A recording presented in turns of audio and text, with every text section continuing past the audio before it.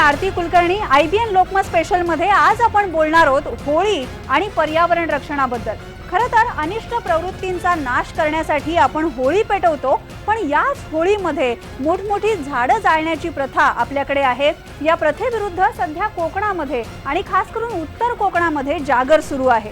त्याचबरोबर होळीला आपण जी पाण्याची नासाडी करतो ती सुद्धा या दुष्काळामध्ये, पाणी टंचाईच्या काळात थांबवा असं आवाहन कळकळीचं सरकारने केलेलं आहे। यावर्षी होळीच्या सगळ्या कुप्रथांची होळी करण्याचा संकल्प आपण करूया।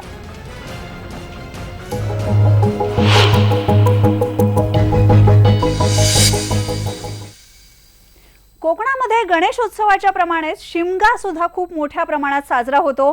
संध्याकाळी गावातल्या सगळ्यांनी जमायचं आणि होळी पेटवायची अशी प्रथा वर्षानुवर्ष कोकणामध्ये चालत आली आहे। या होळीसाठी मोठं जिवंत झाड आणून जाळलं जातं। रायगड, रत्नागिरी आणि सिंधुदुर्ग या जिल्ह्यामध्ये अजूनही ही होळीची प्रथा सुरू आहे। गावकऱ्यांनी अशी मोठमोठी झाडं जाळून होळी करू नये असं आवाहन करण्यासाठी काही सामाजिक कार्यकर्ते प्रयत्न करतात। त्यांचा नेमका काय जागर सुरू आहे याबद्दलचा एक रिपोर्ट बघूया।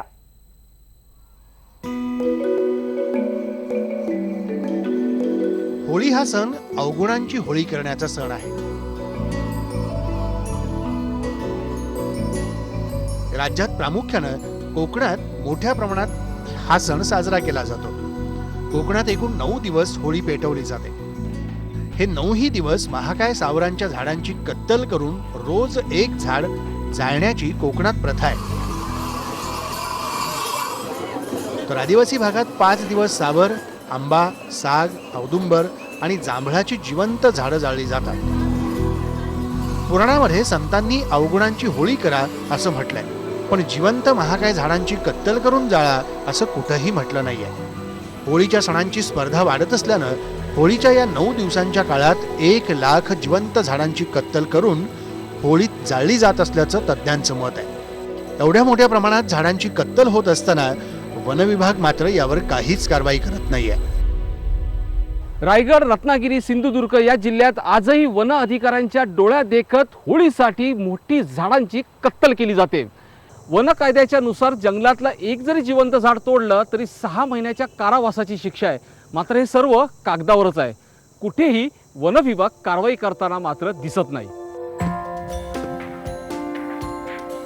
पेणचे वृक्षप्रेमी प्राध्यापक उदय मानकवळे मागच्या 10 वर्षांपासून पेण तालुक्यात होळीत जिवंत झाडं जाळण्याच्या प्रथेविरुद्ध लढा देत आहेत। ही प्रथा बंद करून पर्यावरणपूरक होळी साजरी करा असा उपक्रम ते राबवत आहेत। पण 10 वर्षांच्या काळात त्यांच्या या लढ्याला काही ठिकाणी यशही आलंय। त्यांच्या आवाहनानंतर 3 मंडळांनी जिवंत झाडं जाळण्याची पद्धत बंद केली। वन खातं मदत करते जाणीव जागृतीच्या कार्यक्रमाला, पण कायद्याच्या बाबतीत वन खातं उदासीनता जाणवते। हे आम्हालाच नाही तर संपूर्ण इथल्या वृक्षप्रेमींना, इथल्या जनतेलाही ती जाणवते। वन खात्याने आता बोर्ड वगैरे लावलेत, चांगले कार्यक्रम आम्ही घेतोय एकत्र, पण जेव्हा कायद्याची वेळ येते तेव्हा वन खातं कायद्याच्या बाबतीत उदासीनता ती स्पष्ट दिसत येते। होळीसाठी जिवंत झाडे तोडू नका, तोडू नका। होळीसाठी या आंदोलनात त्यांनी तरुणांनाही सहभागी करून घेतलंय आणि पथनाट्याच्या माध्यमातून ते जिवंत झाडं तोडण्याच्या प्रथेविरुद्ध जागृती करतायत।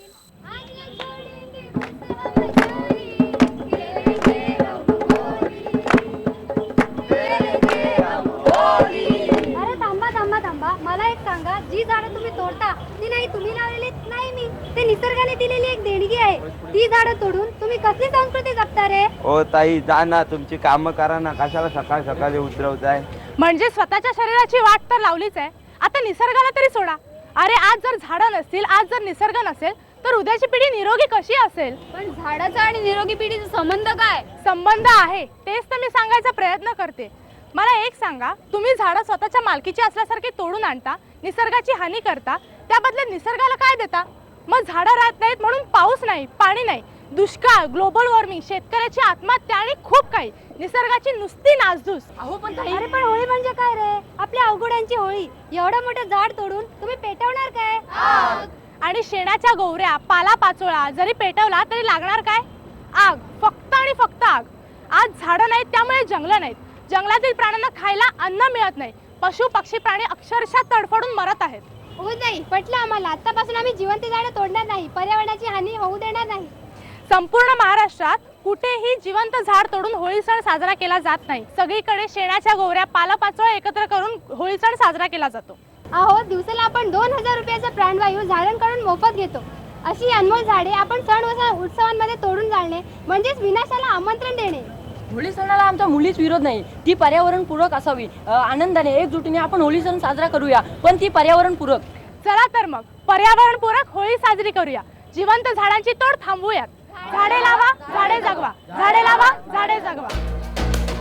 रायगड जिल्ह्यात 12 ते 15 हजार ठिकाणी होळ्या पेटवल्या जातात, तर एकट्या पेण तालुक्यात 1000 ते 1200 होळ्या पेटवल्या जातात.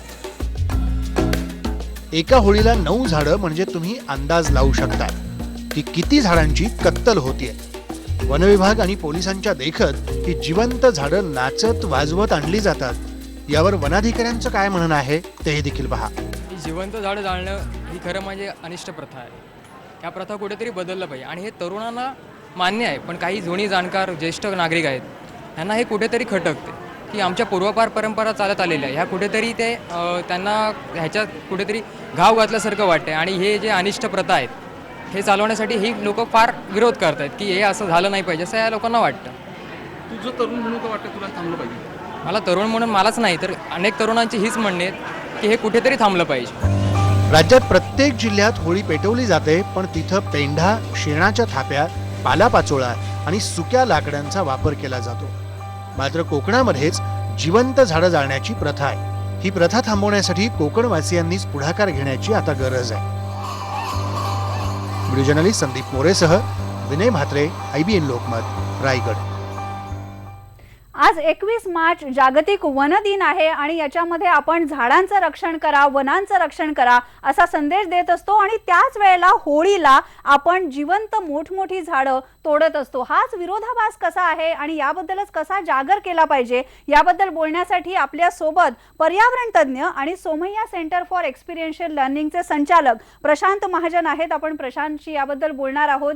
Prashant, Bombay natural history society किंवा आणखी सगळ्या स्वयंसेवी संस्था आहेत, तुमचं Somaiya centre for experiential learning आहे, या संस्थांच्या माध्यमातून तुम्ही लोकजागृतीवर पूर्णपणे भर देताय. पण आता उत्तर कोकणातली स्थिती जर आपण बघितली की ज्या रायगडमध्ये शिवाजी महाराजांनी झाडं लावण्याची प्रथा किंवा झाडं तोडली तर मोठा दंड अशा पद्धतीचं शासन राबवलेलं होतं, त्याच रायगडमध्ये अजून सुद्धा अशा प्रकारची झाडं तोडली जातात.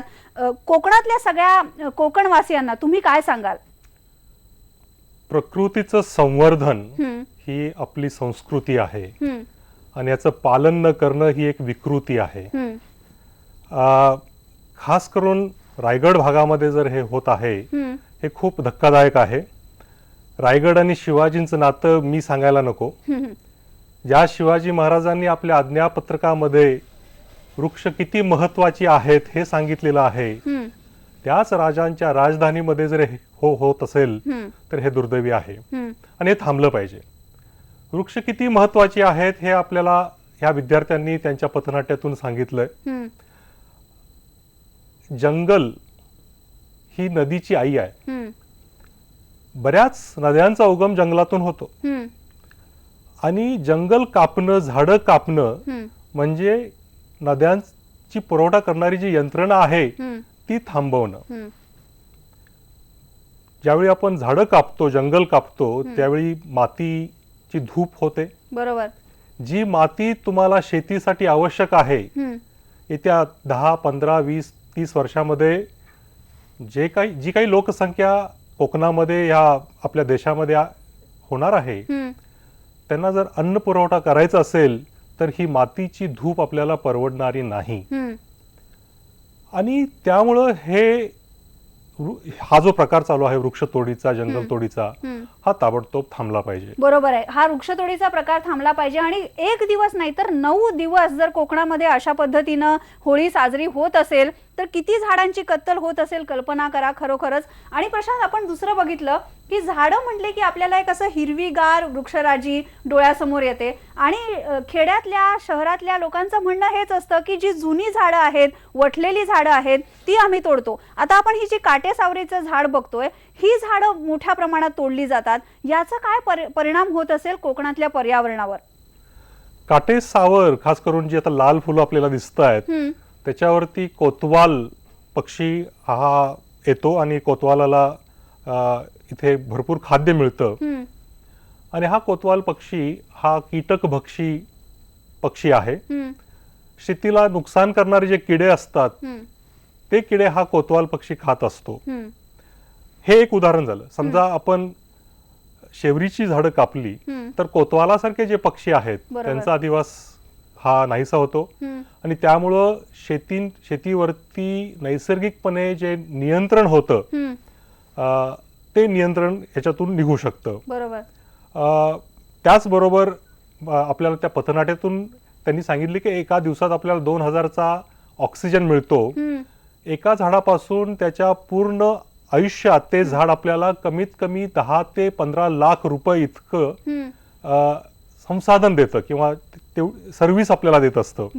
ज्याची आपण जर इकॉनॉमिक व्हॅल्यू काढली आणि ज्याला आपण इकॉलॉजिकल सर्व्हिस म्हणतो, मग ती जमिनीची धूप थांबवणं असेल, अधिवास उपलब्ध करून देणं असेल किंवा औषध त्याच्यापासून आपल्याला मिळत असेल, त्याची जर आपण खरोखर व्हॅल्यू केली तर तेवढं नुकसान म्हणजे साधारण 10 ते 15 लाख इतकं नुकसान झाड कापल्यामुळं आपलं होत असतं. खरंय, म्हणजे 10 ते 15 लाख रुपये जर एक झाडाची कत्तल केल्यामुळे होत असेल तर अशा अनेक झाडांची कत्तल केल्यामुळे कोट्यावधी अब्जावधी रुपयांचं नुकसान आपण करतोय याची खरंच आपल्याला कल्पना आहे का? प्रशांत, तुम्ही जसं म्हणताय की लोकजागर वेगवेगळ्या स्वयंसेवी संस्था करतायत, पण थोडासा या कुप्रथा रोखण्यासाठी कायद्याचा बडगा कसा वापरता येईल, वन विभागाची यामध्ये काय भूमिका आहे याबद्दल सुद्धा आपण बोलणार आहोत. पण आता एक ब्रेक घेऊया, ब्रेक नंतर पुन्हा भेटूया.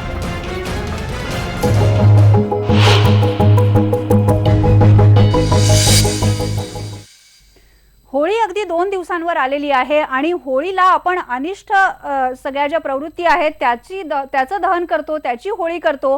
पण आपल्याकडे ज्या काही प्रथा आहेत त्यांची सुद्धा होळी करायची वेळ आता आलेली आहे. कोकणामध्ये रायगड, रत्नागिरी, सिंधुदुर्गमध्ये मोठमोठी जिवंत झाडं गावामध्ये आणून जाळली जातात आणि एकट्या रायगडमध्येच 12 ते 15 हजार ठिकाणी अशा झाडांची सलग 9 दिवस कत्तल चालत असते. आपण याबद्दल बोलतोय पर्यावरण तज्ज्ञ आणि सोमय्या सेंटरचे संचालक प्रशांत महाजन यांच्याशी. प्रशांत, आपण बोललो की कशा प्रकारे गावाच्या आजूबाजूचा सगळा जो झाडझाडोरा आहे किंवा वनांचं आच्छादन आहे ते एकतर कमी होत चाललंय आणि त्यामध्ये आपण अशा कुप्रथांनी भर घालतोय. खरं तर वन कायद्यानुसार अशा प्रकारे झाडं तोडणं हा गुन्हा आहे आणि अगदी कठोरात कठोर शिक्षा यामध्ये होऊ शकते. पण अशा प्रथा बंद पाडायच्या असतील तर कायद्याचा बडगा थोडासा कसा दाखवता येईल आणि ग्रामपंचायत आणि वन विभाग एकत्रितपणे कसं काम करू शकतं? कायदा कडक आहे. जर झाडाची कत्तल केली तर त्याला अटक होऊ शकते आणि त्याला दंड होऊ शकतो. बऱ्याच आता होळी सारख्या सणावेळी बऱ्याचदा वन विभाग शिथिल होतं कारण धार्मिक भावना दुखावल्या जातात वगैरे असे प्रश्न येतात.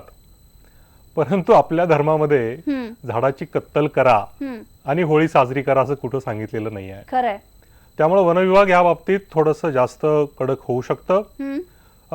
कायदा हा फक्त वन विभागापुरता मर्यादित न राहता जर ग्रामपंचायत यांनी जर ठराव केले की आपल्या गावामध्ये होळीच्या वेळी जिवंत झाडं जाळायची नाहीत आणि त्या ठरावाचं जर तंतोतंत पालन करण्यासाठी गावातल्या तरुणांचं जर त्यांनी सहकार्य घेतलं तर हे थांबू शकतं. बरोबर. हा एक मला वाटतो. आणि जी मंडळं आहेत त्या मंडळांना जर आपण एकत्र बोलवलं ग्रामपंचायती सोबत किंवा वन विभागासोबत त्यांचा संवाद जर घडवून आणला आणि ह्याच्यामुळं आपलं काय नुकसान होतंय, सोन्याची अंडी देणारी कोंबडी याची कत्तल करण्यासारखा प्रकार आहे, हे मला खरं आश्चर्य वाटतं. हे समजत नसेल का हो त्यांना? बरोबर. पण चला ठीक आहे, आपण हे गृहीत धरू की कदाचित हे प्रथा आहे म्हणून ते करतायत. पण प्रशांत, उर्वरित महाराष्ट्राच्या तुलनेमध्ये कोकणामध्ये झाडं तोडण्याचं प्रमाण खूप आहे आणि एक मानसिकता आहे कोकणवासियांची की आपल्याकडे झाडझाडोरा भरपूर आहे, एक झाड तोडलं तर काय बिघडतं,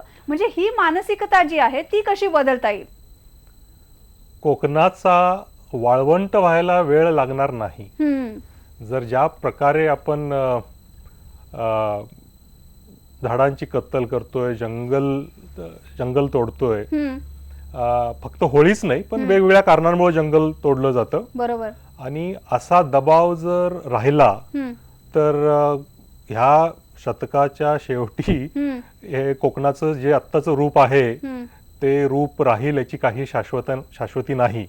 त्यामुळे ह्या भ्रमात राहू नये की आपल्याकडे भरपूर झाडं आहेत त्यामुळं आपण झाडं कापू शकतो. काय आहे की काही वेळा आपल्याला वाटतं की काही थोडक्या कारणासाठी आपण लाकूड घेऊ शकतो किंवा हे करू. जवळजवळ 70 ते 75% लोकसंख्या भारतातली ही जंगलांवर अवलंबून आहे. बरोबर. पण त्याच्यामध्ये एक तारतम्य आहे की जितकं आवश्यक आहे तितकंच ते घेतलं जातं.